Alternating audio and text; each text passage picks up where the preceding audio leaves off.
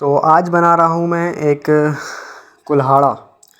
और कुल्हाड़ा बनाने के लिए सबसे पहले मैंने उसके लिए एक 2 बाय पौने इंच की लकड़ी ली है और तकरीबन कोई 1.15 इंच इस पे मार्क लगा दिया है। तो ये लकड़ी इसमें से मैंने इस पीस में से मैंने काट ली है तकरीबन 1.15 इंच यहाँ से और पौने इंच यहाँ से, और इसकी सैंडिंग भी मैं ग्राइंडर से कर चुका हूँ। अब आगे फटाफट काम करता हूँ इस पर। आगे सबसे पहले मुझे इस पर जो इसके कॉर्नर्स है ना, इनको राउंड करना होगा और देखता हूँ उसके बाद क्या करना है। तो इस तरीके से मैंने इसके साइड कॉर्नर जो है वो राउंड कर दिए हैं ग्राइंडर से। 60 नंबर का रेगमाल इस्तेमाल किया है। तो इस तरीके से इसके कॉर्नर्स राउंड करने हैं।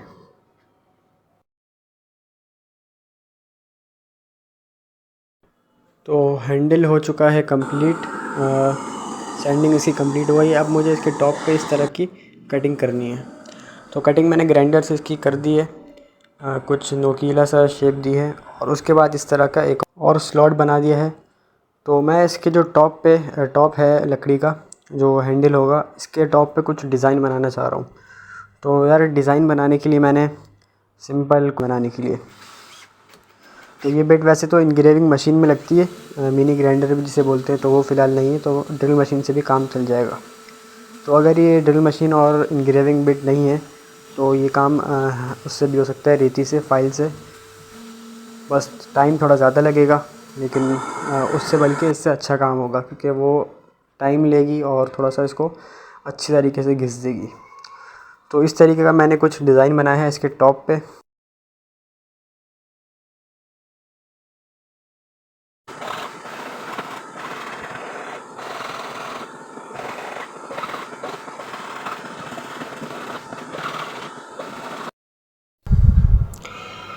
तो ये तकरीबन कंप्लीट हो चुकी है। इस पे मैंने, आप देख सकते हैं, इस तरीके से कुछ डिज़ाइन बनाया है और सेम इसी तरीके से इस पे भी बना दिए। और ये बीच में एक स्लॉट बनाया है, यही पता लग जाएगा आपको क्यों बनाया है। तो मेन चीज़ ये है कि भाई ये किस तरीके से बनाई, क्या क्या टूल यूज़ किए। तो यार बहुत सिंपल टूल यूज़ किए हैं।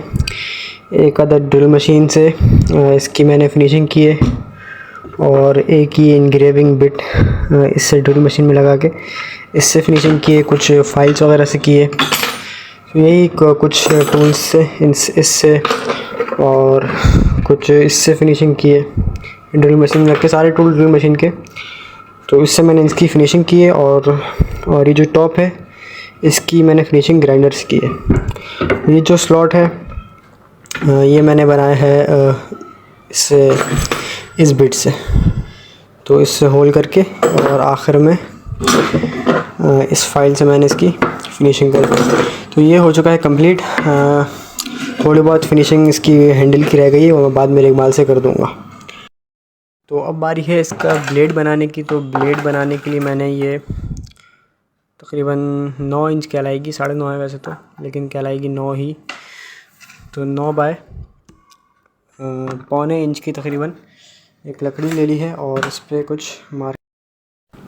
तो ये मैं इस तरीके से इस पर रख के 9 इंच अब इस तरीके से नहीं ले रहा, अब इस तरीके से लेके इस पर मैं मार्किंग करता हूँ उसकी शेप के हिसाब से।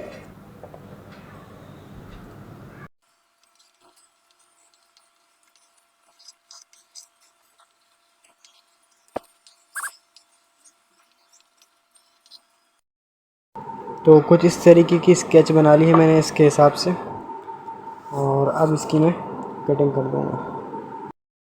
तो यहाँ तक तो इसका फ्रंट का ब्लेड आ जाएगा और बीच में ये इस तरीके से इसका हैंडल आ जाएगा। और इसलिए मैंने इसमें एक स्लॉट बनाया था और इसके बाद एक छोटा सा ब्लेड यहाँ पर भी आएगा। वो किस तरीके से आएगा वो मैं ड्रॉ कर लेता हूँ। तो ये ब्लेड आएगा कुछ इस तरीके से।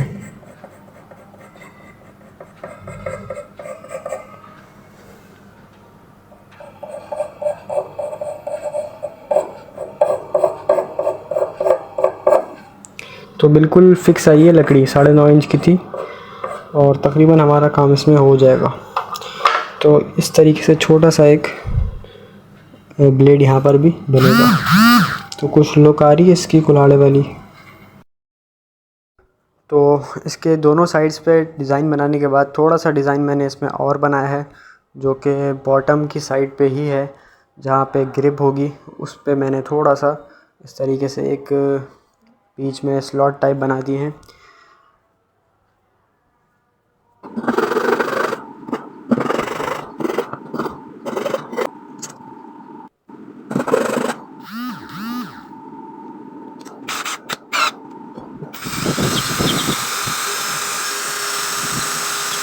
तो इस तरीके से मैंने एक नीडल फाइल से वो नीडल फाइल ड्रिल मशीन में लगा के इसकी फिनिशिंग कर दी। तो इस तरीके से एक छोटा सा डिज़ाइन मैंने और बनाया है इसमें। तो अब काफ़ी अच्छी लुक आ रही है। तो भैया हैंडल के जो टॉप है इस पर थोड़ा सा काम अभी और होना है, और इसकी फिनिशिंग जो है वो रह गई थी थोड़ी सी। तो जो इसका जो टॉप है, जो इसमें तीर का सा निशान बनाया है, इसकी कुछ फिनिशिंग कर ली है मैंने ग्राइंडर से, कुछ इस तरीके से।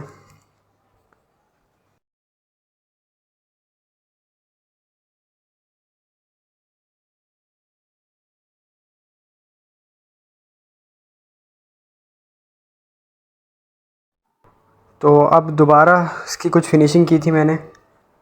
इसके जो हैंडल है बिल्कुल राउंड करने की कोशिश की है, और ये डिज़ाइन बनाया है एक।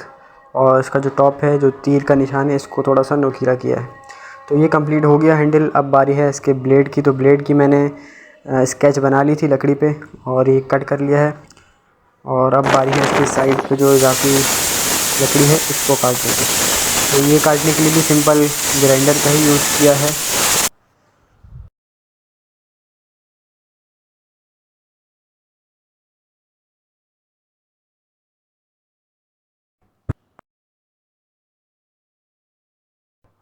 तो इसका ब्लेड भी तकरीबन बन चुका है, मोटी मोटी कटिंग हो गई है। और अब बची है कुछ सैंडिंग, कुछ रफ़ जो मटेरियल इजाफी लगा हुआ है, जो इस तरीके से साइडों पे जिगजैग बना हुआ है, इसकी सैंडिंग करने की है। तो फटाफट से इसकी सैंडिंग भी करता हूँ।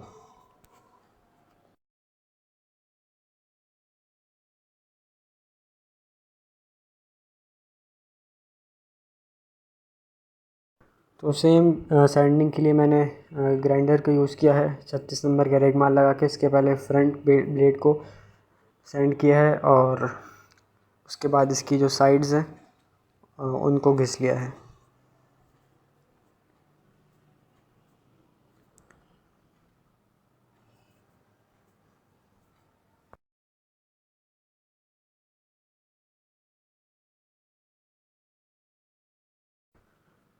तो ये हो चुका है कंप्लीट। अब बारी है इसके हैंडल को ब्लेड में फ़िक्स करने की। तो इस तरीके से एक स्लॉट बना लिया है हैंडल सॉरी ब्लेड पे, और इसमें हैंडल किस तरीके से लगेगा मैं बताता हूँ अभी। तो यार हैंडल को मैंने कुछ इस तरीके से तोड़ लिया है ऊपर से।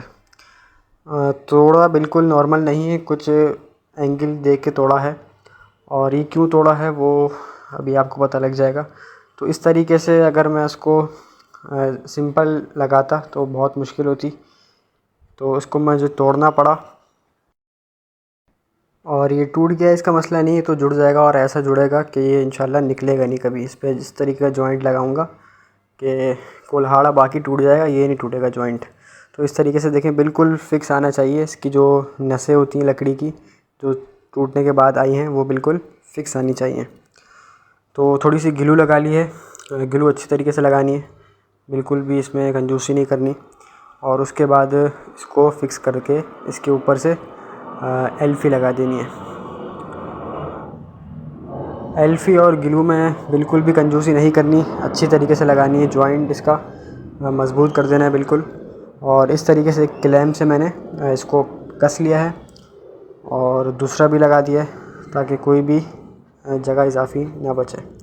अच्छा, उसके बाद मैंने इसमें जो खाली स्लॉट बचा था ना, उसमें मैंने ये बेकिंग सोडा मिलाया नहीं, मतलब बेकिंग सोडा लगाया है और उसके ऊपर एल्फ़ी डाल दिए। तो ये बेकिंग सोडा में पता नहीं ऐसा क्या केमिकल होता है ये, और जब एल्फ़ी मिलती हैं तो पत्थर बन जाता है बिल्कुल। बिल्कुल लोहा जैसा हो जाता है। तो ये जॉइंट अब इस तरीके से लग गया है, निकलेगा नहीं कभी भी। तो कुछ इस तरीके का डिज़ाइन आज बना है। और उसके बाद इसकी जो ऊपर की लेयर्स थी एल्फ़ी की और बेकिंग सोडा की, उसको रेगमाल से घिस दिया है। तो कुछ इस तरीके की शेप निकली है इसकी। तो ये है कुछ इंग्रेविंग बिट्स। तो इसका जो ब्लेड है ना वो काफ़ी खाली खाली सा लग रहा था, तो मैंने सोचा इस पर कुछ इंग्रेविंग की जाए। तो इंग्रेविंग करने के लिए सिंपल बिट्स से मैंने मार्किंग करके उस पर इंग्रेव कर दिया है। तो ये काई का लोगो है, तो ये मैंने बीच में ऐसे इंग्रेव कर दिया है। उसके बाद कुछ फाइल से इसकी सैंडिंग करके इसको फिनिश किया है।